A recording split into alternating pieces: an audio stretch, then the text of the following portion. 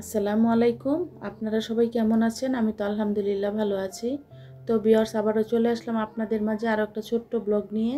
আশা করি না টেনে আমার ছোট্ট ব্লগ দেখার চেষ্টা করবেন। তো ভিউয়ার্স, আপনাদের জন্য আমার তরফ থেকে রইল ঈদের শুভেচ্ছা, সবার জন্য ঈদ মুবারক। তো এই ভিডিওটা হচ্ছে আমার ঈদের দিন সকালবেলার ভিডিও। তো ঈদের দিন সকালবেলা আমি ভিডিওটা করেছিলাম। তো যে কাজগুলো ঈদের আগের দিন করে ফেলি এগুলি এবারে ঈদের দিন সকালবেলায় করতে হয়েছে। আর যেহেতু ঈদের পরে কয়েকটা দিন একটু বাইরে ছিলাম, একটু একটু দৌড়াদৌড়ি করলাম, তার জন্য আমার এই কাজগুলো করা হয়নি। আমি কিন্তু ঈদের আগের দিন আমি বিছানার চাদর গুছিয়ে নিই, নাস্তা টাস্তা সব রেডি করে নিই। তো দেখা গেছে এবারে আর করতে পারি নাই, সময়ের কারণে একটু বাইরে গেছিলাম, 2 দিন একটু মার্কেটে গেছিলাম, তাই করা হয় নাই। তো টুকটাক কিছু জিনিস আপনাদের সাথে অবশ্যই শেয়ার করা হয়েছে। তো এদিক দিয়ে এই যে বিছানার চাদরটা আর কি চেঞ্জ করে নিচ্ছি। তো এটা আমার মেয়ে করতেছে, আমার মেয়ে বলতেছে আমি বিছানা তোমাকে গুছিয়ে দিই আর তুমি রান্না করে ফেলো। তো আমি কিন্তু কিচেনে ছিলাম, আর এদিক দিয়ে যে দিয়ে আইসা ঘর বাড়ি গুছিয়ে তারপরে টেবিল ক্লথ চেঞ্জ করে যাক সুন্দর করে করছি আর কি।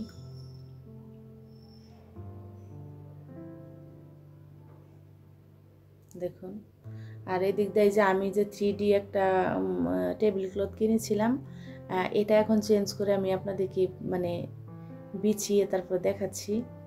এই যে দেখুন, এই টেবিল ক্লথটা আমি নতুন নিছি, এটা ইচ্ছে ছিল অনেকদিন আগে থেকে নিব আর কি, তো যাওয়া হয় না তাই নেওয়া হয় না। এদিকে আমাদের উত্তরা এলাকায় অনেক বেশি দাম চায়, কিন্তু আমি 1000 টাকা দিয়ে নিয়ে আসছিলাম ভালোই, আর উত্তরার দিকে 2000 টাকার কম দিতে চায় না আর কি। তো আমি তো নিউ মার্কেট থেকে নিয়ে আসছিলাম। এটা 6টা চেয়ারের কভার আছে আর একটা টেবিল ক্লথ। তো দেখা গেছে যে ভালোই হয়েছে, সুন্দর হয়েছে। বাকিটা ব্যবহার করার পর বোঝা যাবে যে এটা কেমন। তো এদিক দিয়ে আমি এই যে নাস্তা বানিয়ে নিচ্ছি। তো আমি দুধ রেডি করে জাল করে এটা আমি ঠান্ডা করে নিছি আর কি, দুধ সেমাইটা ভিজিয়ে নিব। তো আমার এই যে রানোয়ারটা দেখতেছেন, এটাও কিন্তু নতুন, এটা কিন্তু আমি 2 বছর ধরে কিনা রাখছিলাম, আমি ব্যবহার করি না। তো এখন মেয়ে বলতেছে আমার রানোয়ারটা একটু দেও, আমি এটা একটু বিছিয়ে নিব। তো দেখি কেমন দেখা যায়, দেখলাম যে ভালোই লাগতেছে, সুন্দর লাগতেছে। তো এটা কিন্তু আমার 2 বছর আগের কিনা, আমি ব্যবহার করি না। তো দেখলাম যে ভালো লাগতেছে, সুন্দর, অনেক সুন্দর একদম। তো যাই হোক, এই যে আমি দুধ সেমাইটা ভিজিয়ে নিলাম, আর এদিক দিয়ে বোনা সেমাইটাও রান্না করে নিচ্ছি। আর এদিক দিয়ে কিছু কাজু বাদাম আর পেস্তা বাদাম দিয়ে আমি আর কি পরিবেশন করে নিব। তো কাজু বাদাম পেস্তা বাদামটা আমার ঘরে বেশি খাওয়া হয়, এই জন্যে আমি সবসময় সব কিছুতে দিয়ে থাকি, পোলাও, তারপরে পায়েস, সেমাই, সব কিছুতে দেওয়া পড়ে আর কি। তো এই যে বোনা সেমাইটাও হয়ে গেছে আমার। তো আপনারা চাইলে এটাকে জর্দা সেমাই বলা হয়, আপনারা জর্দা কালার দিতে পারেন। আমার কাছে কালার ছিল না তাই দেই নাই, আর আমি কখনোই দেই নাই। আমি এটাকে নিজে নিজে যে কালার যেটা আসে এটাই দেই, এটাই হয় আর কি, আমি কালার কখনোই দেই নাই। তো আপনারা চাইলে দিতে পারেন, সমস্যা নেই। তো এখন এই যে সকালবেলা অবশ্য আমরা নাস্তা খেয়েছি রুটি বানিয়ে। তো এখন এই যে 10টা বাজে, এখন একটু নাস্তা খেয়ে নিব।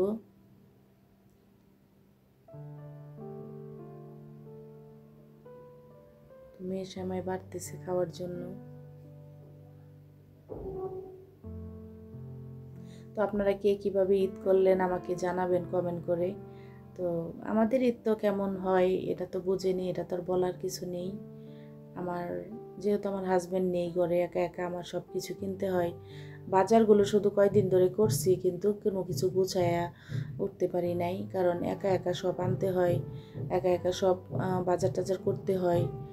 মানে বাজার করে দিব এরকম লোকও নাই আমার, এরকমও কেউ নেই। আসলে যার বিপদ সেই বুঝে, যার কষ্ট সে বুঝে, অন্যে বুঝে না।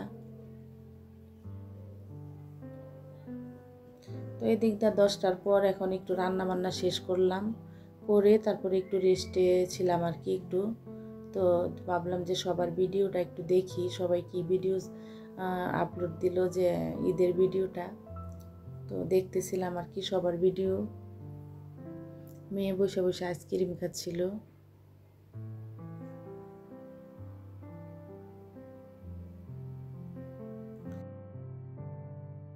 আমাদের জন্য সবাই দোয়া করবেন, আমার মেয়েটার জন্য দোয়া করবেন সবাই। তো এখন আমি এই যে দুপুরে রান্নাটা করে নিব আর কি। দুপুরে রান্না শেষ করে তারপরে আমি নাস্তা রেডি করে গোসল করে নিছিলাম। এখন আমি এই যে দুপুরে রান্না করে নিব। তো খুব একটা যদিও কিছু রান্না করব না, খুব একটা রান্না করলেও এগুলি খাওয়া হয় না, শুধু শুধু নষ্ট হয়। আর একটা খাবার বারবার গরম করে এটা আমার কাছে ভালো লাগে না।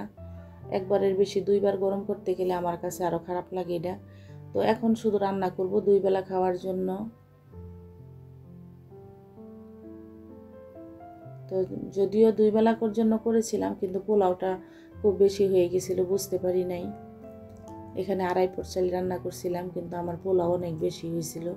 চালটা বেশি দেখা যাচ্ছে, চালটা আমার অনেকক্ষণ ভিজিয়েছিলাম, 2 ঘন্টার মতন ভিজিয়ে রাখছিলাম। এই ভিজানোর কারণে চালটা বেশি দেখা যাচ্ছে আর কি। তো আমি পোলাওর চালটার মধ্যে গরম পানি দিছি। এটা কিন্তু আমার বাড়ির চাল না, কিনা চাল। আর এখন যত দাম দিয়ে এই চাউল আনা যাক, চাউলটা জানি কেমন হয়, ভাল লাগে না। মানে কোনো গ্রান নাই চালের মধ্যে, কোনো একটা নাই। এত সুন্দর করে রান্না করি তাও মনে হয় জানি পোলাও, মানে চাউলটাই ছোট, কিন্তু কোনো গ্রান নাই, কোনো মজা নাই, কোনো টেস্ট নাই। যাই হোক, কি করার, খাইতে তো হবে, কিছু করার নেই। তো এখানে কাঁচামরিচ কিশমিশ দিয়ে দিলাম। আর চাইছিলাম যে গাজর দিব, মেয়ে না করে, তো অন্যান্য সবজি আর দিলাম না।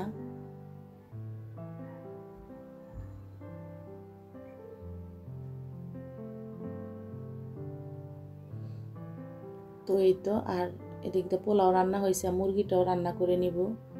তো আপনাদের সাথে একটু একটু শেয়ার করছি, খুব একটা শেয়ার করব না। মুরগিটা ভেজে তারপরে একটু কষা কষা করে নিব আর কি।